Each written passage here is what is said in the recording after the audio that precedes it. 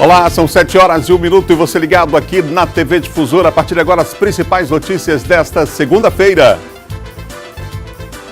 Fim de semana movimentado na política com convenções partidárias locais e nacionais. PSDB confirma Roberto Rocha e PSL Maura Jorge para o governo do estado. Mesmo com fiscalização, praias viram campo de disputa de som automotivo e afastam banhistas. Em Imperatriz, julho registra aumento na venda de motocicletas.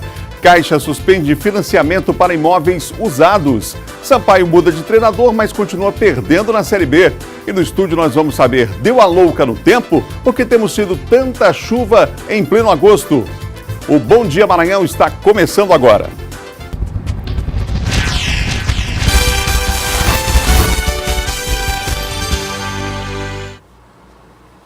São 7h mais 2. Um ótimo dia para você que nos acompanha em todo o estado aqui pela TV Difusora. Estamos começando o Bom Dia Maranhão. Já já vamos falar das convenções partidárias que movimentaram o final de semana. Convenções aqui no estado e convenções nacionais também. Definição em relação aos vices dos candidatos à presidência da República. Movimentação intensa no fim de semana na política com o fim do período dado pela Justiça Eleitoral para a realização das convenções. Mas a gente começa hoje falando de um assunto que você já deve ter observado nessa reportagem. Praia, sol, mar, lugar de tranquilidade, não é? Para dar uma relaxada do estresse do dia a dia. Mas nem sempre isso é possível. O que você vai ver agora nessa reportagem é comum. O barulho dos sons automotivos incomoda e às vezes chega a ser criminoso. O problema é que quase sempre não é punido, mesmo com o aumento das fiscalizações. Veja na reportagem de Geice Gomes. A Praia do Meio é um dos pontos mais visitados durante o fim de semana. Um refúgio da rotina corrida para quem tenta relaxar, mas às vezes não consegue. É que o local mais parece um campo de competição entre sons automotivos.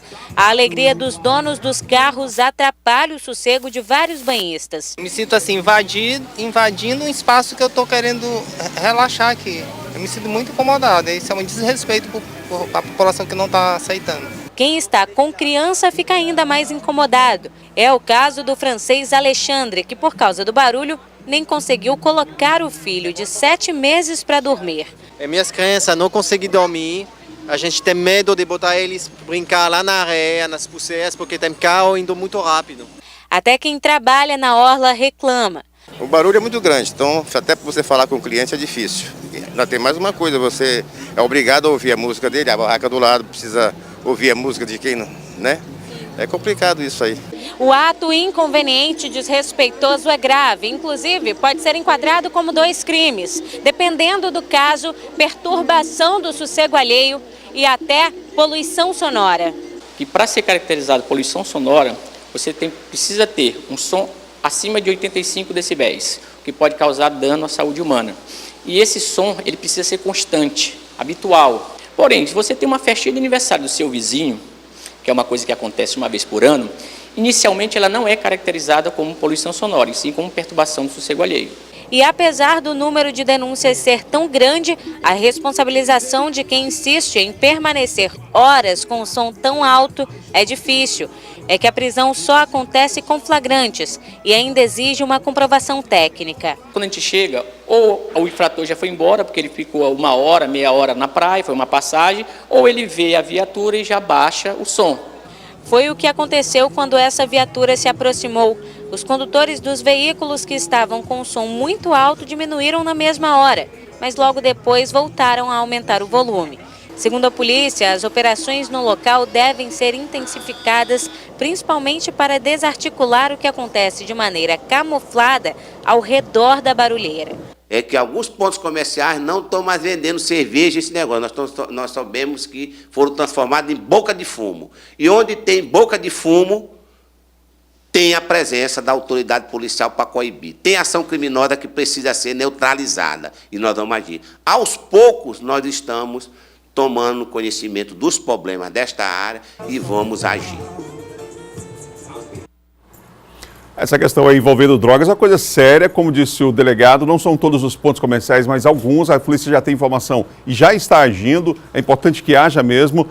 Mas em relação ao som, gente, vamos respeitar o espaço do outro, né? Independente de qualquer coisa, a fiscalização tem que aumentar, isso é importante. Agora, uma alternativa simples seria o seguinte, uma sugestão.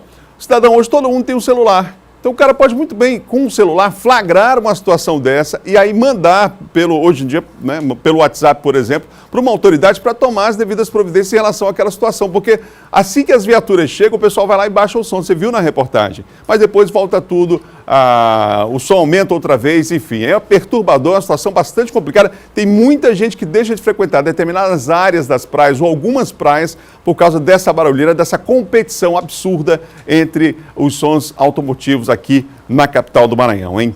São 7h06.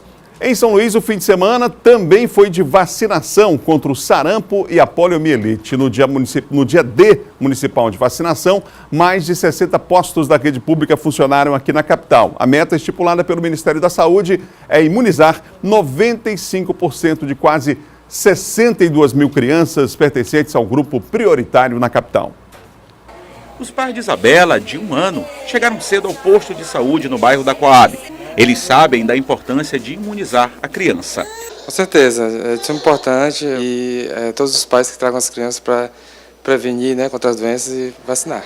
A gente tem muita questão com essa preocupação de estar sempre acompanhando as campanhas, as vacinas, para poder dar sempre o melhor.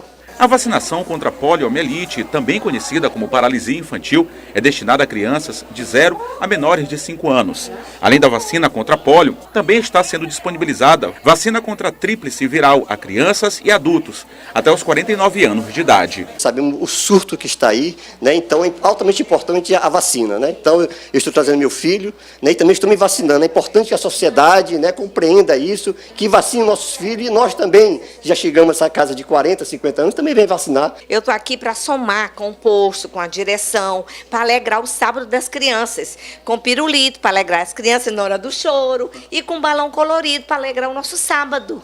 São Luís largou na frente em relação ao restante do país. Enquanto a campanha a nível nacional terá início só na próxima segunda-feira, no dia 6, na capital maranhense a vacinação contra a poliomielite e tríplice viral está sendo disponibilizada desde o dia 23 de julho. Hoje é um dia D municipal, né, por iniciativa mesmo da Secretaria de Saúde junto com a Prefeitura, visando alcançar, né, o maior número de crianças, atingindo a meta de 95%. As vacinas estão sendo disponibilizadas nos 63 postos de saúde espalhados por São Luís. Durante todo este mês, o dia D de mobilização nacional acontece no dia 18 de agosto. As pessoas estão indo, nossos postos estão todos lotados, nós estamos muito felizes porque nós vamos conseguir alcançar a nossa meta. A campanha ela é para as crianças, de 1 a menor que 5 anos. E na rotina, todo o tempo, o adulto pode vacinar, até a idade determinada pelo Ministério. Bom, vale lembrar que a campanha prossegue até o dia 31 de agosto em 63 postos de saúde de São Luís. Confira agora o nosso Giro de Notícias. Um agente da Secretaria Municipal de Trânsito e Transportes morreu na noite deste domingo na Avenida Casimiro Júnior, no bairro Anil. De acordo com informações do Grupo Tático de Trânsito, Raimundo Marques estaria a serviço da SMTT em uma motopatrulha quando foi atingido por um ônibus. Ele foi atropelado pelo veículo. O Ministério da Educação já liberou os nomes de candidatos que foram selecionados na lista de espera do programa Universidade para Todos ProUni. Para que possa assumir a vaga, o inscrito tem até hoje, segunda-feira, para procurar a instituição de ensino superior em que se candidatou, conferir se o nome consta na lista e comprovar as informações cadastradas. A lista de espera é destinada à concessão das bolsas integrais e parciais que não foram preenchidas na primeira e segunda chamada do programa. Neste semestre, mais de 174 mil bolsas serão distribuídas em universidades particulares. Um princípio de motim registrado ontem na Penitenciária Regional de Pinheiro resultou na morte de um detento identificado como Jonathan Kennedy Silva de Oliveira, de 21 anos. Levantamentos preliminares apontam que Jonathan teria sido morto e esquartejado por outros detentos. Ele estava custodiado na unidade prisional desde o dia 18 de junho. A Secretaria de Estado de Administração Penitenciária diz por meio de nota que já acionou a Polícia Civil, bem como o Poder Judiciário do Maranhão, para a apuração da motivação e circunstâncias do homicídio do interno. Participação de Silvan Alves. Silvan, bom dia para você. Bom dia, Adalberto, bom dia a todos. Ô, Silvan, vamos começar falando sobre a questão do motim lá na cidade de Pinheiro, na penitenciária. Vale ressaltar, Adalberto, que há um bom tempo, né? Esse tipo de episódio era uma época distante do sistema prisional do Maranhão, onde a gente sabe que nós já tivemos um período crítico muito grave, inclusive aqui, que chamou a atenção da imprensa nacional, a situação do complexo penitenciário de Pedrinhas. Parece um tempo distante, não é? E aos poucos a transformação foi sendo feita, a humanização foi sendo feita dentro das unidades, a abertura, inclusive, de unidades prisionais no interior do estado e uma série de fatores, não é? A questão da humanização, serviram para mudar essa situação, mudar essa realidade. E, infelizmente, aconteceu esse episódio lá na cidade de Pinheiro, na unidade prisional lá de Pinheiro. Já foi instaurado o Jonathan, o interno que foi assassinado. Ele tinha menos de um mês, ele chegou no mês passado lá na unidade e numa briga com outros internos lá. Geralmente essas brigas elas são em decorrência de envolvimento com organizações criminosas, que isso invadiu os presídios do Brasil inteiro, ou às vezes até por questão de divergência, de uma briga por causa de um objeto que sumiu, qualquer coisa nesse sentido. Foi aberto um inquérito na Delegacia Regional de Pinheiro, os presos que estavam com ele na cela serão responsabilizados pelo assassinato, foi um assassinato bárbaro, e a Secretaria de Administração Penitenciária, justamente por causa dessa filosofia de mudar essa realidade do sistema, já abriu um procedimento administrativo para apurar as responsabilidades de quem estava no plantão, porque já ficou evidente que os presos tiveram acesso a armamento, a arma, para que eles pudessem tirar a vida do colega de cela, no caso Jonathan. Ô Silvano, nós mostramos aqui aquele caso do assalto aos Correios lá em Humberto de Campos, E aí você trazia já na semana passada a informação, 2 foram presos e 2 estavam foragidos. Foram pegos mais 2? Foram presos pelo pessoal do 27º Batalhão da Polícia Militar do Estado do Maranhão, mais 2. Na semana passada, o assalto foi na quinta-feira, na agência dos Correios lá de Humberto de Campos.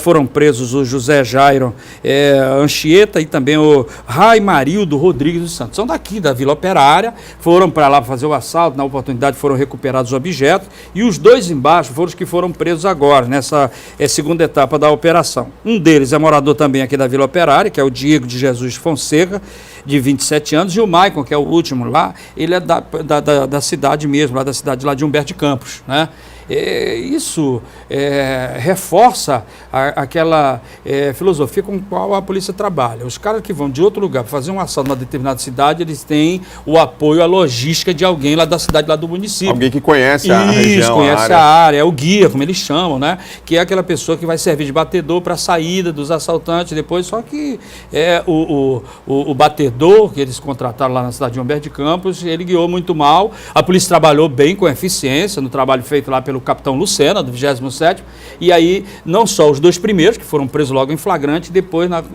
dando continuidade à investigação, se chegou também aos outros 2 envolvidos. Obrigado, Silvano. Boa semana para você. Ok, boa semana. Bom dia a todos. São 7 horas e mais 14 minutos, 7h14. Nós vamos agora à Imperatriz. A participação é de Luiz Carlos Lima. Bom dia, Luiz. Bom dia, Adalberto. Bom dia a todos. A gente começa falando que as motocicletas estão cada vez mais presentes nas ruas e avenidas das cidades brasileiras. Entre os motivos, claro, o menor consumo de combustível, a agilidade no trânsito e também as facilidades na compra desse veículo. Economia no combustível, de tempo e praticidade. Tem gente deixando o carro na garagem e optando por uma motocicleta. O agropecuarista Armelindo, por exemplo, está trocando os cavalos pelas motos para trafegar no campo. Essa moto é para a fazenda, para o pessoal ter mais agilidade, para levar as coisas, para facilitar mais na fazenda. Só nesta concessionária em Imperatriz são vendidas cerca de 500 motocicletas por mês. A preferência dos nossos clientes aqui de Imperatriz hoje em dia tem sido a nossa linha City, que vai desde a BI 125, BI 110, a linha CG também. Nós também temos uma procura muito grande pela linha Bros, que são essas motos mais trail. São motos bastante econômicas, versáteis, ágeis no trânsito pesado daqui de Imperatriz e é a preferência de nossos clientes atualmente. As opções mais procuradas são consórcio e financiamento. Financiamento é uma compra imediata. O cliente que está com pressa, quer pegar logo a moto, então ele já tem a procura pelo financiamento. E o consórcio é a venda programada. O cliente abre o consórcio, vai pagando as parcelas, vai concorrendo no sorteio e pode ofertar lance para ser contemplado e pegar a motocicleta. Foi encerrado nesse fim de semana aqui em Imperatriz um treinamento destinado às comunidades terapêuticas que trabalham na recuperação de dependentes químicos. O curso foi ministrado pela federação que representa as comunidades nas regiões norte e nordeste do país. Aqui na região é a segunda capacitação promovida pela Federação Norte e Nordeste de Comunidades Terapêuticas, a FENOCT, envolvendo voluntários na luta pelo combate à dependência química. Essa capacitação é para gestores de comunidade terapêutica, é para monitores, e coordenadores de comunidade. Entre os participantes, o fundador da federação, que também esteve aqui no ano passado participando da primeira edição. Célio apresentou o livro que conta a experiência dele com as drogas e com a criação de uma entidade que reúne comunidades terapêuticas em 16 estados das regiões Norte e Nordeste. Para você trabalhar com a comunidade terapêutica, tem que ter amor e boa vontade, né? Mas você tem que aprender normas e regras, como você vai... Nós lidamos com vida.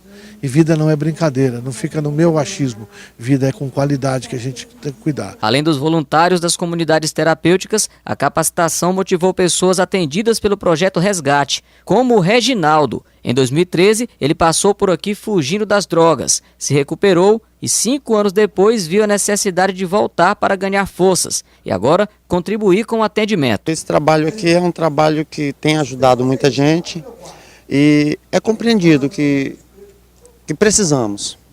Adalberto, a gente volta com você desejando uma excelente semana a todos.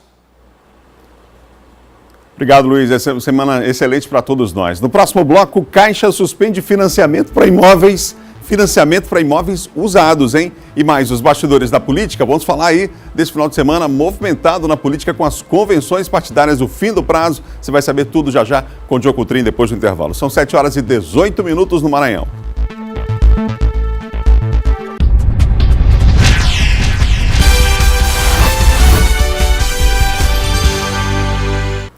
Sete horas e 21 minutos de volta, Bom Dia Maranhão ao vivo para todo o estado. Foram confirmados no fim de semana os últimos candidatos que devem disputar a vaga ao governo do estado do Maranhão nas eleições de 2018. Pela manhã, no sábado, o PSDB lançou o nome do senador Roberto Rocha. Por enquanto, ainda não foi anunciado o candidato a vice-governador. A convenção encabeçada pelo PSDB aconteceu na manhã deste sábado em uma casa de show no bairro da Coama. O candidato tucano ao governo do estado, o senador Roberto Rocha, chegou próximo do meio-dia ao local. Ele conversou rapidamente com a equipe da TV Difusora. Muita alegria, muita energia e muita vontade de vencer para fazer o Maranhão crescer. O candidato do PSDB chegou acompanhado dos candidatos ao Senado pela chapa, Alexandre Almeida, e o outro havia uma dúvida em torno do nome de Valdir Maranhão ou José Reinaldo Tavares.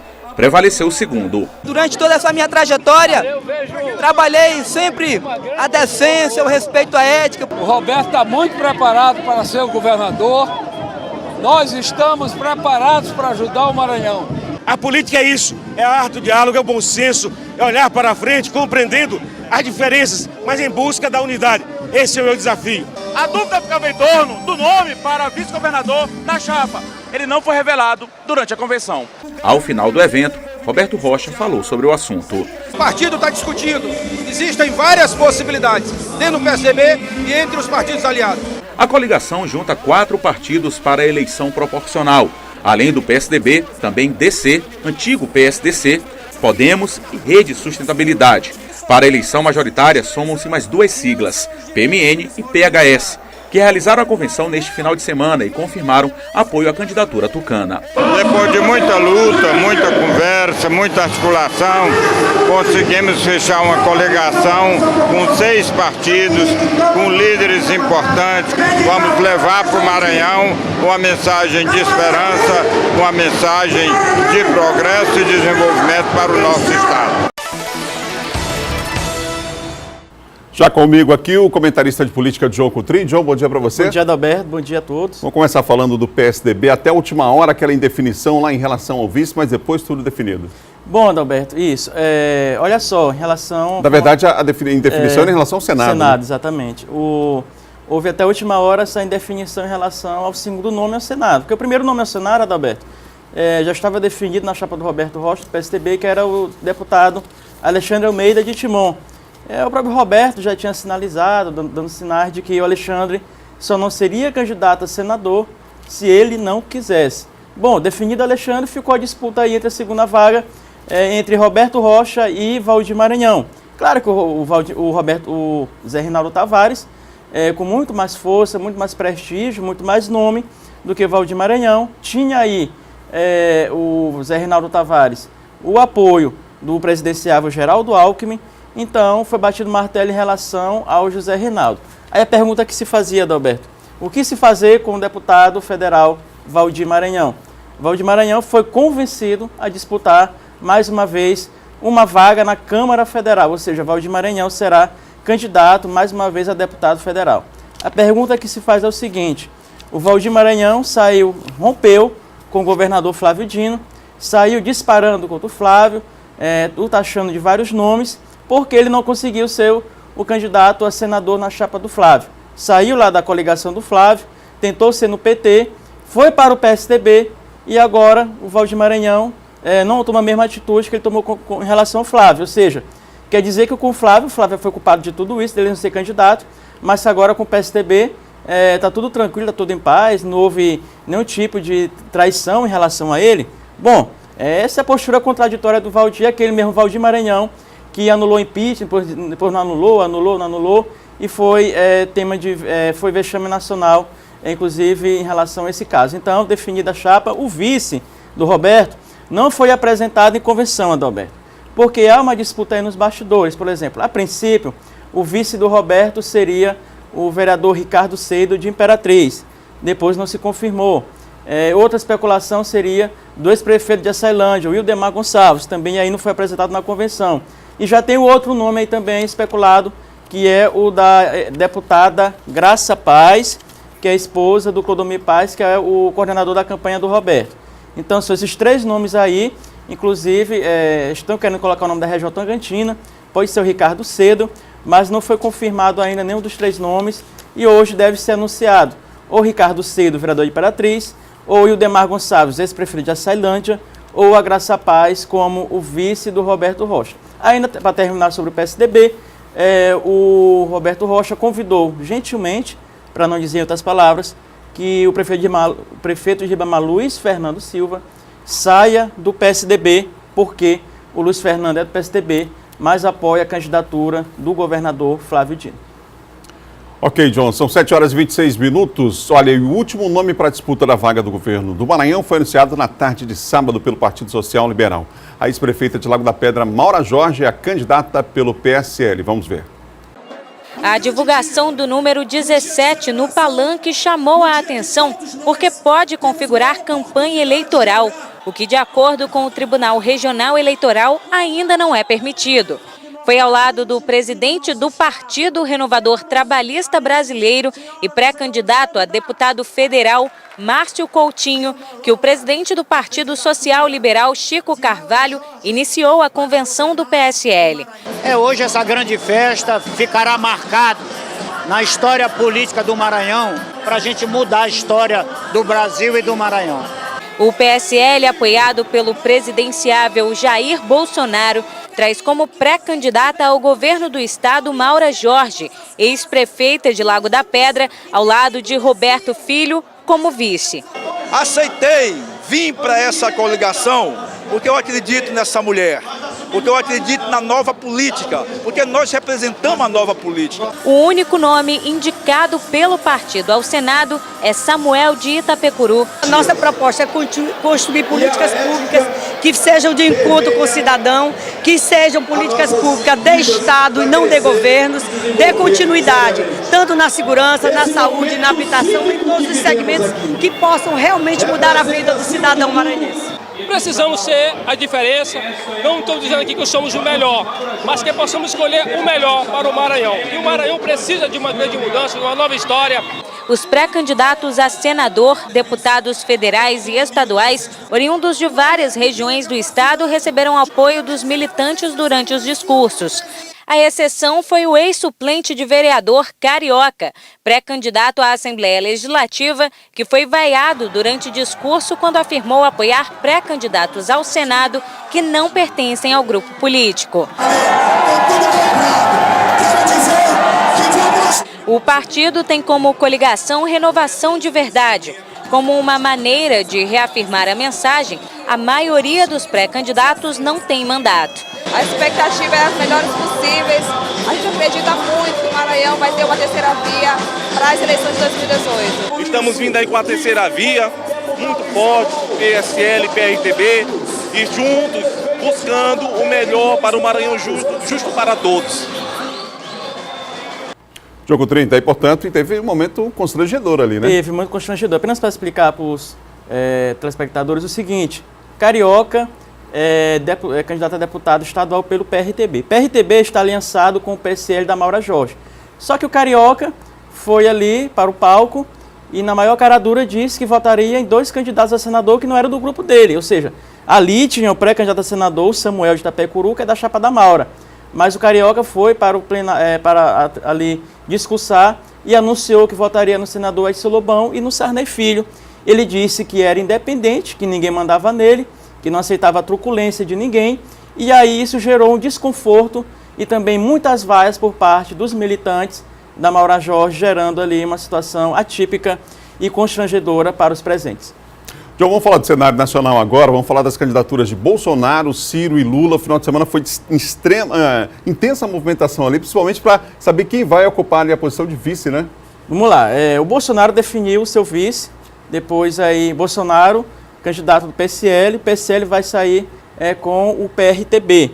O PRTB indicou como vice do Bolsonaro o general Mourão, todos conhecem ele, né? Já pediu aí intervenção militar, já fez vários pronunciamentos aí polêmicos em relação ao país. Então, o Bolsonaro tem como vice o general Mourão. Vamos por Ciro Gomes.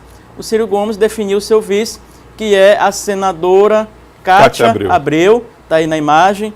Senadora Cátia Abreu ali. Chapa puro sangue, como Chapa se diz, puro né? sangue. PDT também indicou ela que é da bancada ruralista e aí já foi ministra da presidente Dilma. Já o Lula, né, também já definiu o seu vice. O vice do Lula, Adalberto, será aí o ex-prefeito da cidade de São Paulo, que é do PT também, que é o Fernando Haddad. Vamos acompanhar aí na imagem o Fernando Haddad ao lado do Lula. Ele será o vice, então, do Lula. Só que o que acontece? O Lula tem essa questão da inelegibilidade dele, porque ele foi julgado pelo colegiado, condenado em segunda instância e, portanto, se encaixa, está enquadrado na lei da ficha limpa. E, portanto, pode não ser candidato. Eles vão registrar a candidatura dele no dia 15 deste mês de agosto, mas corre um sério risco de ele não ser candidato por conta dessa condenação, dessa pena de 12 anos e 1 mês. O que acontece? Há uma outra estratégia. O PCdoB desistiu da candidatura da Manuela Dávila e o PCdoB, então, vai apoiar a candidatura do PT. O que acontece? O Fernando Haddad é o vice do Lula, mas o Lula não sendo candidato, o Fernando Haddad será o candidato a presidente e o vice será do PCdoB, que será a Manuela Dávila. Ou seja, uma estratégia aí já lançada entre PT e PCdoB. Tirando o Lula, será o Fernando Haddad e Manuela Dávila nessa chapa PT, PCdoB, então, definidos aí os vices desses pré-candidatos, desses candidatos a presidente da República. Obrigado, John. Um ótimo dia para você. Obrigado, Alberto. Até amanhã. São 7 horas e mais 32 minutos, 7h32. A Caixa suspende financiamento para imóveis usados, hein? Vamos aos detalhes agora com o Eduardo Ericeira. Eduardo participa conosco aqui do Bom Dia. Olá, Eduardo. Bom dia para você. Olá, muito bom dia, Adalberto. Bom dia a todos que acompanham o Bom Dia Maranhão. Pois é, Adalberto, e essa suspensão é por tempo indeterminado. Quer dizer, não há prazo aí para que volte esse financiamento para móveis usados. A justificativa, o motivo, segundo informou a Caixa, é por escassez orçamentária. Agora que fique claro que essa questão do financiamento é só um tipo de financiamento que era muito favorável ao consumidor, a pessoa aí para adquirir o imóvel, que é o financiamento pró-cotista, que era o melhor para as pessoas, era o que aí dava menor taxa de juros para as pessoas a poder poder aí adquirir o seu imóvel. Só para você ter uma ideia, esse financiamento pró-cotista, ele só era mais caro do que o financiamento que é pago dentro do programa Minha Casa Minha Vida, que é considerado o mais barato entre os financiamentos aqui no Brasil. Ou seja, o financiamento pró-cotista, ele era o segundo mais caro, só perdendo para o programa Minha Casa Minha Vida. Agora, quem quiser adquirir o imóvel usado, o consumidor que quiser adquirir, a pessoa que quiser adquirir o imóvel usado, ele vai ter que pagar um outro tipo de financiamento, um que deve ser muito usado, segundo informou a Caixa, é o SBPE, que é um financiamento bem mais caro que o pró-cotista. A gente lembra que o financiamento pró-cotista, ele só é suspenso para os imóveis usados. Para os imóveis novos, ele continua valendo.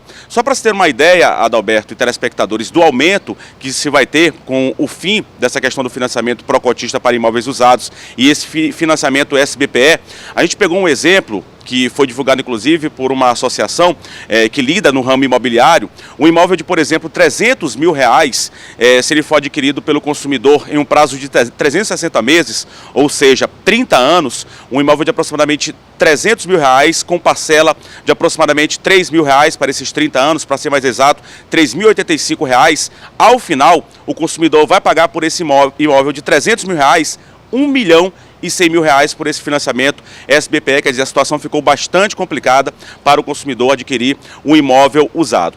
É esperado também uma baixa, aí, uma negativa para o mercado imobiliário, para o próprio ramo da engenharia civil, uma negativa, já que há esse aumento no imóvel usado. Essa decisão veio aí com uma decisão também recente, é o aumento do teto para financiamento da casa própria, que foi divulgado na última sexta-feira, que aumentou de 950 mil para R$1,5 milhão.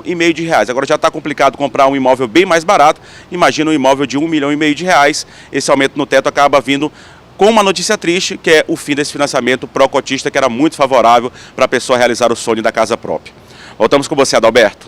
Obrigado, Eduardo, pelas informações. Um ótimo dia para você. São 7h35.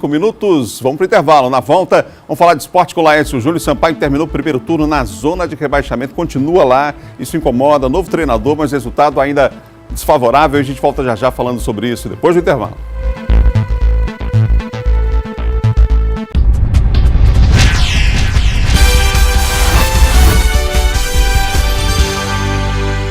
São 7h39. Não perca a hora, hein? Vamos falar agora de esporte.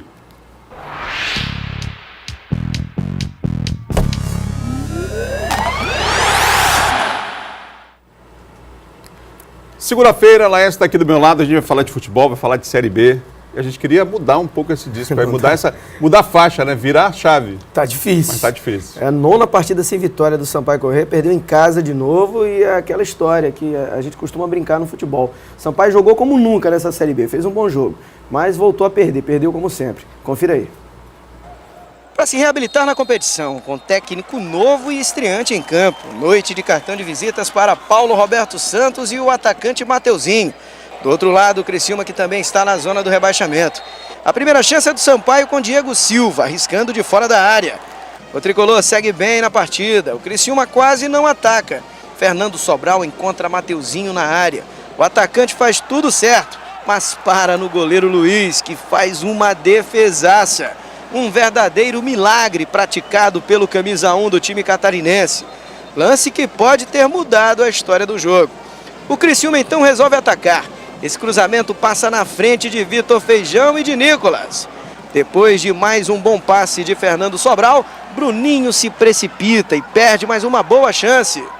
No fim do primeiro tempo, Alex Maranhão quase abre o placar para o Criciúma. No segundo tempo, a história muda completamente. O Criciúma é mais perigoso e logo mexe no placar. O Sampaio para pedindo falta em Bruninho. Na sequência, o cruzamento passa por todos, menos por Vitor Feijão. É o primeiro gol do Criciúma, 1-0. Mateuzinho se livra da marcação e chuta errado. Esquerdinha encontra Bruninho e o atacante volta a errar na finalização. E é assim até o fim. O Sampaio até cria, mas não consegue marcar. Até Alisson entra para tentar resolver no lugar de William. E o jogo termina mesmo no 1-0 para o Criciúma. A situação do Sampaio se complica ainda mais na Série B. A gente tenta de todas as formas, mas falta o capricho na finalização. O adversário vem aqui, cria 3 oportunidades e aproveita um. A gente cria mais do que o adversário e não acaba aproveitando uma chance. Esperávamos um resultado principalmente diferente, independentemente de ter uma boa atuação ou não, mas o resultado nós esperávamos que fosse diferente sim, né? Até porque a situação ela nos obriga a reagir o mais rápido possível. A gente sabe que o campo aqui é muito pesado, o calor aqui é muito grande, então a gente pensou o quê? Trabalhar bem a bola.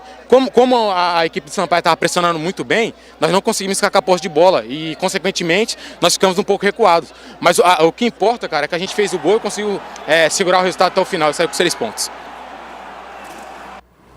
Até o adversário reconhece, né, Laia? Você viu aí? Reconhece. Porque o Sampaio jogou bem. Agora o detalhe, essa zona do rebaixamento, eu até conversava com você fora do ar, ela tem um imã. Quando você entra na zona do rebaixamento para sair é muito complicado. É como uma areia movediça, né? Quanto mais você tenta se mover, pior a situação fica. Complicado demais. Sampaio Ainda bem que agora o segundo turno está chegando, é outra história, se Deus quiser. Mas precisa emplacar uma sequência de vitórias. Verdade. E com o nível de equilíbrio dessa Série B é complicado.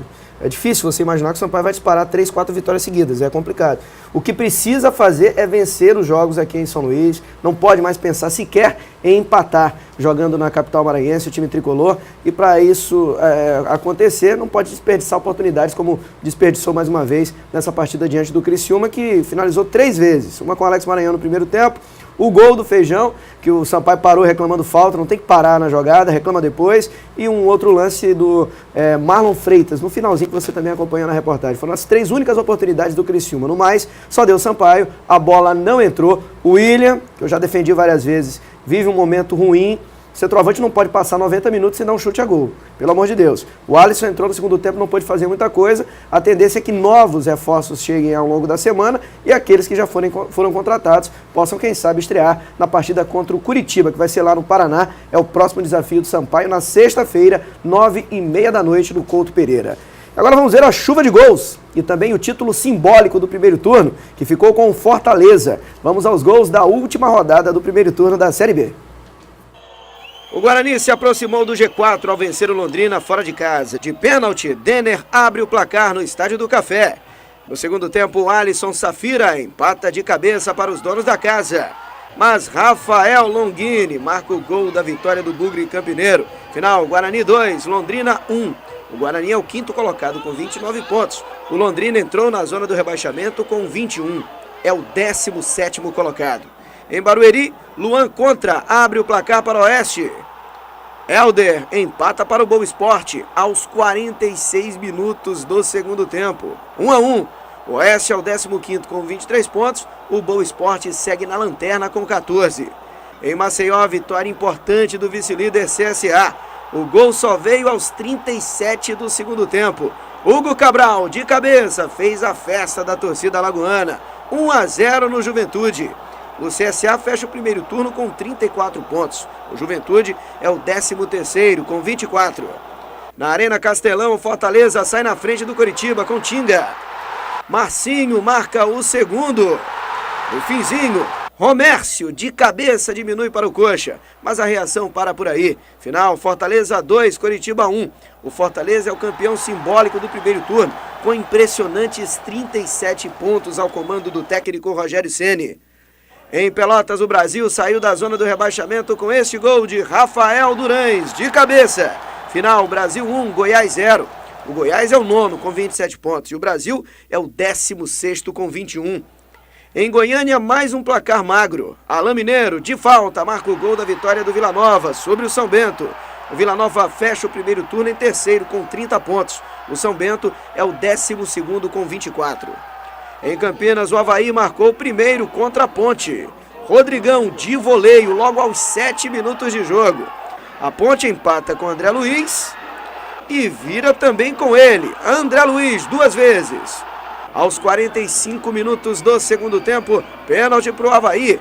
Guga cobra e empata. Final 2-2. A Ponte está em 10º com 26 pontos e o Avaí em 7º com 29. Fortaleza impressionante com o Rogério Ceni, casa cheia. Lotado sempre lá. 37 pontos, uma campanha linda do time do Fortaleza. Fortaleza que sempre fez isso na C e demorou a subir. Esse ano na Série B com pontos corridos, Ninguém a tendência segura. é que suba mesmo. Acredito que vai subir junto com o CSA. O CSA tem um detalhe que é a base que conquistou o acesso no ano passado, né? Manteve a base, foi campeão da Série C e faz uma ótima competição. Agora vamos falar da Série D do Campeonato Brasileiro, que teve o Imperatriz subindo. O Imperatriz vai jogar a Série C do ano que vem, mas teve festa cearense nessa competição. O Ferroviário voltou a ser campeão após perder em Campina Grande para o 13, uma boa vitória em casa do 13, mas o acesso ficou com a equipe da Paraíba, o título e a vitória acabou ficando com a equipe do Ferroviário, que sobe e levanta um troféu depois de mais de 10 anos. Confira aí. Em Campina Grande, estádio Amigão lotado para a final da Série D entre Ferroviário e 13 da Paraíba. No embalo da galera, o alvinegro vai para cima, cria boas chances, mas passa em branco no primeiro tempo. Na etapa final, o jogo segue no mesmo ritmo, pressão do 13 e o Ferroviário se apoiando na boa vantagem. Eles fizeram 3-0 jogando no Ceará. A esperança da torcida do 13 vem com este pênalti. Na cobrança, toda a experiência de 43 anos de vida de Marcelinho Paraíba. Ele marca o gol e acende a chama da esperança do título. Mas para por aí. Final 1-0 13. Acesso garantido para a Série C de 2019. Mas quem fica além do acesso com a taça é o Ferroviário, que após quase 2 décadas volta a levantar um caneco. Ferroviário, campeão brasileiro da Série D 2019.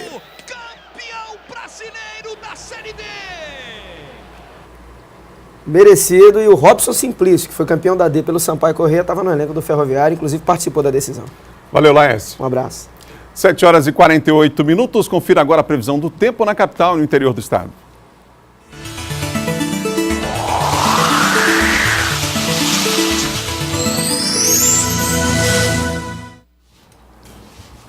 Previsão do tempo, começando com Imperatriz, a mínima de 19, a máxima de 37 graus em Imperatriz. Para esta segunda-feira, começo de semana, amplitude térmica sempre enorme, a diferença entre a mínima e a máxima lá na cidade de Imperatriz. Vamos a Caxias, a mínima 24 em Caxias, a máxima 36 graus, temperatura alta em Caxias. Andou chovendo durante a semana, mas a temperatura continua alta lá na Princesa do Sertão. Aqui em São Luís do Maranhão, a previsão para hoje é sol e aumento de nuvens pela manhã, pancadas de chuva à tarde e também à noite, hein? Mínima 23, máxima de 32 graus. Uma exposição em um shopping aqui na capital propõe uma viagem ao espaço, uma oportunidade para o público obter conhecimento sobre a história espacial brasileira e mundial. Um mundo à sua disposição. Logo na entrada, o planeta Terra chama a atenção. O nome não poderia ser mais sugestivo, uma viagem espacial. No espaço, toda a história, desde o surgimento, os primeiros passos com os chineses, com o lançamento de fogos de artifício há mais de 2.000 anos atrás, até os dias atuais. A expansão veio pela Rússia e Estados Unidos, após a Segunda Guerra Mundial. O primeiro grande avanço foi o lançamento do satélite Sputnik. Depois foram os animais, até o primeiro homem ir ao espaço em 1961, o russo Yuri Gagarin. A exposição traz materiais originais, pedaços de pedra, como esta diretamente da Lua. Foguetes, ônibus espaciais, naves, astronautas, a história espacial do Brasil e do mundo. Modelos das roupas usadas pelo astronauta brasileiro Marcos Pontes. São 50 painéis que explicam a conquista do homem no espaço. Um vasto material, medalhas, selos, moedas e revistas. Verdadeiras relíquias das missões espaciais. O documentário é exibido na exposição para que os visitantes possam compreender ainda melhor esta viagem espacial. O físico José Marques é um dos organizadores da exposição. É ele quem recebe e explica todo o material exposto. A proposta é mostrar o início da viagem espacial, tá? Despertar na criança também essa vontade de estudar a parte científica, a curiosidade do espaço e mostrar para os adultos e adolescentes o que já temos de conquistas. Desde os primórdios da viagem até as últimas conquistas espaciais. A exposição vai ficar em cartaz mais de um mês. Começou no dia 19 de julho e segue até o dia 30 de agosto. Tem alguns estados, alguns shoppings que solicitaram a nossa exposição porque é bem atrativo. E nós estamos com agendamento de colégios aqui de São Luís, né, que estão trazendo turmas para fazer essa viagem junto com a gente. Fascinante, né? Essa odisseia no espaço. É assim que a gente encerra o Bom Dia de hoje, com imagens dessa exposição que acontece aqui na capital maranhense. Um ótimo dia para você. Outras notícias no portal MA10. Amanhã às 7 da manhã a gente se encontra aqui no Bom Dia Maranhão. Até lá.